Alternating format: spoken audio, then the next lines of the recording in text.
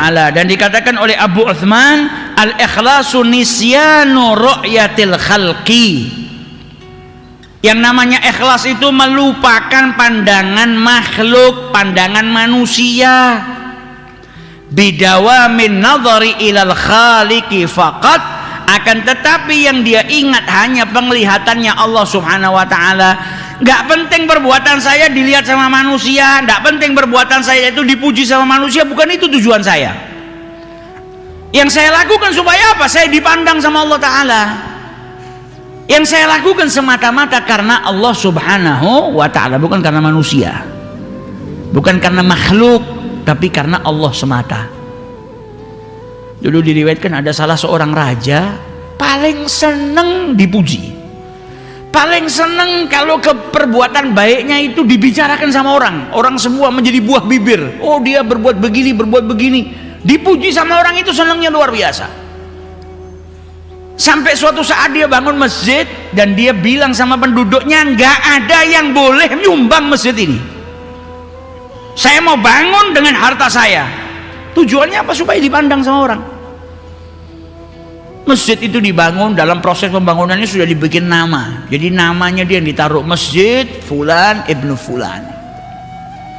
Jadi dia tuh seneng kalau dipuji sama orang, amal perbuatannya diketahui sama orang, senengnya luar biasa. Sampai yauminal ayam, orang ini tidur, raja ini tidur. Ketika tidur ngimpi, ada malaikat yang turun dari langitnya Allah Ta'ala. Itu papan nama yang namanya masjid, tertulis namanya dia, dihapus, diganti namanya seorang wanita, Fulanah binti Fulan. Bangun tidur kaget dia panggil ajudannya, coba lihat masjid yang saya bangun, papan namanya berubah nggak? Dilihat, nggak berubah, namanya dia. Oh, berarti ini cuma mimpi saja. Tidur lagi di hari berikutnya, mimpinya sama. Ada malaikat turun dari langit, papan nama yang tadinya bertuliskan nama dirinya dihapus sama malaikat, diganti namanya perempuan. Bangun tidur kaget, merintah orang lagi, nggak berubah, tetap namamu, masjidnya Fulan bin Fulan. Coba carikan perempuan di kota ini yang namanya Fulanah binti Fulan. Sampai dapat, ternyata perempuan fakir miskin. Ketika dihadapkan sama raja ini ditanya, kau kan sudah tahu kalau saya itu nggak mau masjid ini ada yang nyumbang selain saya mau bangun dengan harta saya, kok kau sumbang? Sampai saya mimpi nama saya itu dihapus sama malaikat, digantikan namamu. Kata wanita tadi, nyumbang dari mana? Wong saya ngasih makan anak-anak saya saja nggak mampu, apalagi nyumbang masjid. Kemudian kata rajanya, terus gimana ceritanya kok saya ini bisa mimpi seperti ini? Nggak mungkin nggak ada sesuatu yang kau lakukan. Dia bilang, ada yang saya lakukan. Ketika saya lewat masjid yang kau bangun ini, saat pembangunan, saya lihat ada kuda yang bawa bahan bangunan, bawa batu, bawa bahan bangunan. Itu kuda kemudian diikat di sebuah tiang, dan kuda itu kepanasan, kehausan, tapi ember tempat air minum kuda itu berada jauh. Jadi kuda itu nggak bisa minum karena dia diikat, nggak bisa ke tempat air tadi.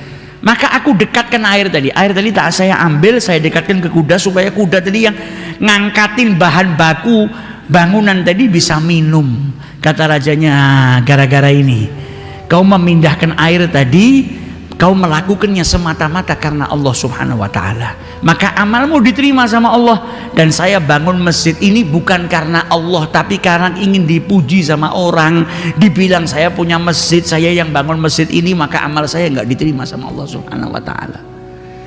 Ini justru sampai amal yang ringan tadi menjadikan wanita tersebut sampai dimuliakan seperti itu. Dan justru amalnya dia tadi sampai nyadarkan seorang raja yang tadinya amalnya bukan lillah, akhirnya dia bisa berubah cara pandangnya, menata kembali niatnya, melakukannya semata-mata karena Allah Subhanahu wa ta'ala.